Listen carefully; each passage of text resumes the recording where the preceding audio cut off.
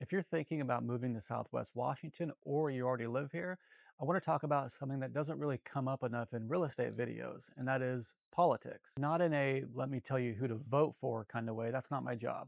My job is to help you understand this place. And if you're relocating from Portland, trust me that Clark County is going to feel a little different. That's actually the whole point. So stick around to the end and I'll let you know what it means for you if you're thinking about moving here to Southwest Washington. I'm AJ Doris, or Mr. Vancouver, with Works Real Estate. I've been living in Vancouver for over a decade now after crossing the river from Portland and honestly never looking back. And one thing that I noticed early on is that Clark County has its own political identity. It's not a suburb of Portland or an extension of Oregon. It's its own thing. So whether you're moving here and want to know what kind of community you're stepping into, or you're already a resident here who just wants context on why elections can run so close, this video is for you. Now let's start with the basics. Washington state as a whole is solidly Democratic. King County, where Seattle is, basically runs the table statewide. The state has voted for the Democratic presidential candidate every year since 1988.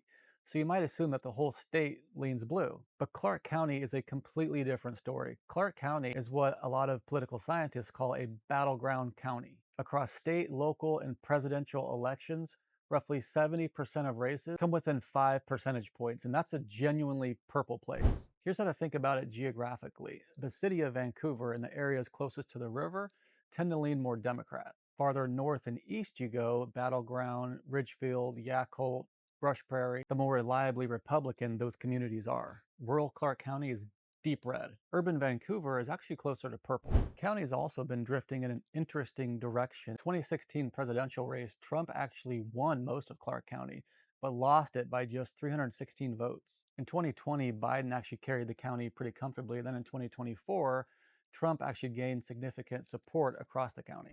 One important note is that Washington doesn't require voters to register by party, so there's no breakdown of Clark County voters like Democrat or Republican. Everyone just votes, so it actually makes outcomes even more hard to predict. Now, if you want to understand Clark County's politics, you have to talk about Washington's 3rd Congressional District, because this race has been one of the most watched congressional battles in the entire country, 2 cycles in a row. The 3rd District covers all of Southwest Washington, Clark, Cowlitz, Lewis, Skamania, Pacific, and Waukegan counties.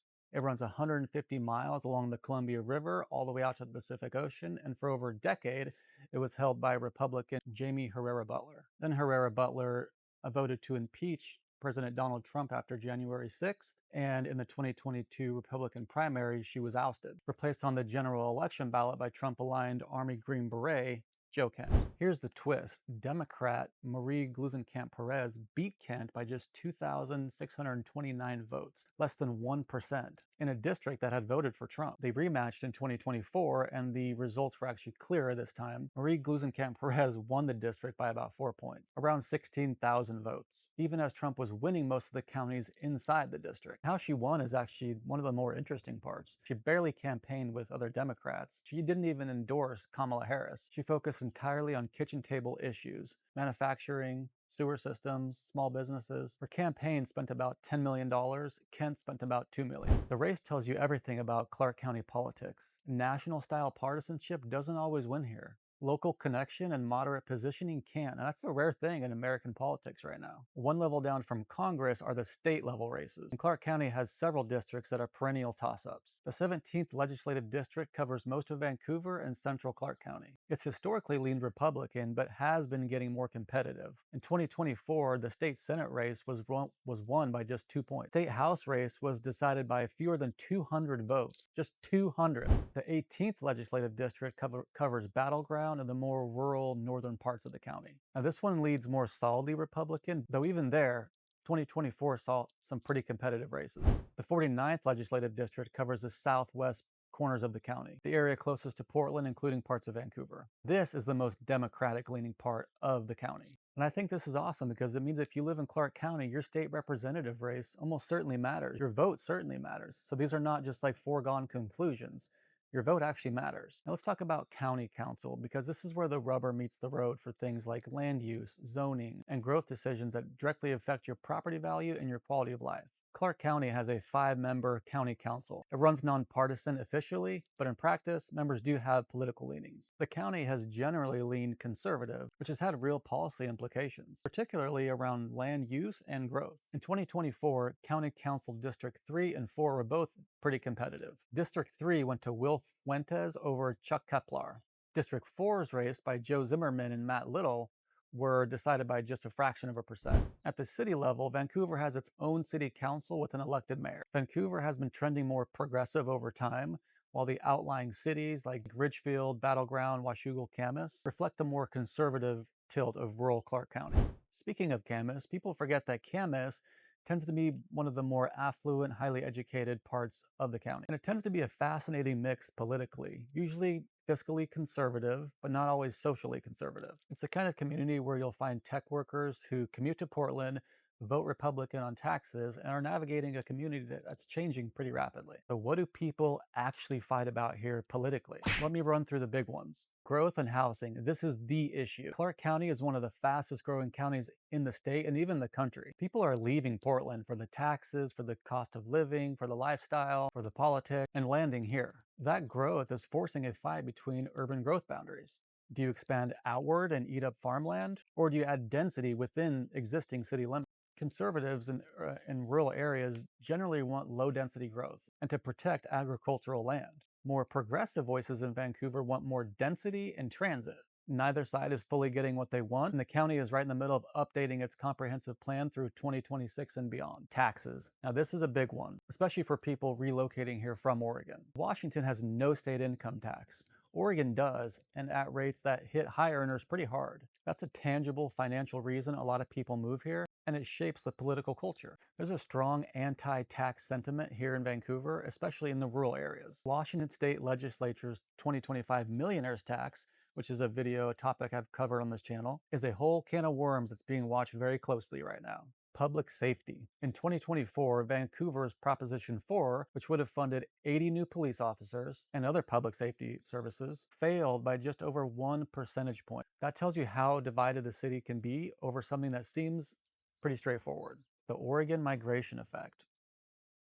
Here's the one that nobody wants to say out loud, but that everybody's talking about. As more Oregonians move to Clark County, our political identity does start to shift. Historically, people from Portland suburbs have brought Democrat-leaning politics with them. But more recently, especially post-pandemic, people fleeing Portland are often fleeing because they don't like the direction that Portland is going. So the ideology is actually more mixed than it used to be.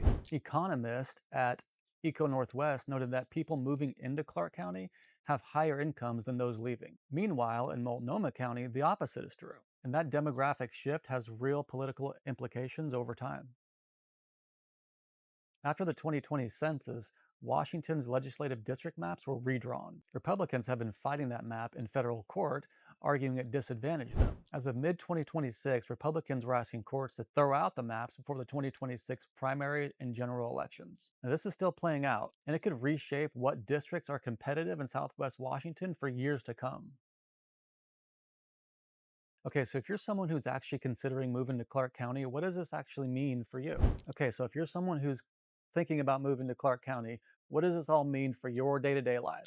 Here's my honest take. If you're coming from Portland and you lean progressive, you'll find a community in Vancouver proper. There are people who share your values, your coffee shops, your bookstores, but you are going to encounter a different political reality once you leave that city core. That's not a bad thing, it's just real. Now, if you're coming from Portland because you want out of progressive politics and high taxes, Vancouver's been calling your name. Especially communities like Battleground, Ridgefield, Camas, and the more rural areas of northern Vancouver. These are communities with a strong sense of individual liberty, low tax philosophy, and a leave me alone to build my own life kind of mentality that a lot of people find deeply appealing. And if you're somewhere in the middle, which honestly describes most people, Clark County might honestly be the most honest representation of American politics right now. Nobody's winning by huge margins, everybody's arguing, and occasionally a moderate candidate who talks about just the dinner table issues can beat a candidate with national PAC money. That feels pretty American to me. Look, I'm not here to tell you who to vote for or what politics to have. That's between you and your ballot.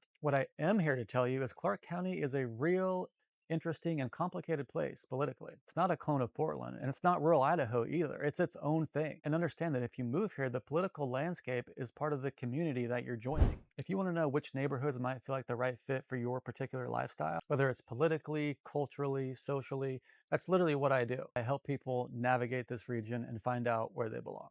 Hit subscribe if you want more videos like this. Drop a comment, I read them all. And if you're thinking of making the move to Southwest Washington, please reach out or just search Mr. Vancouver. Happy 4th of July, and I'll see you in the next one.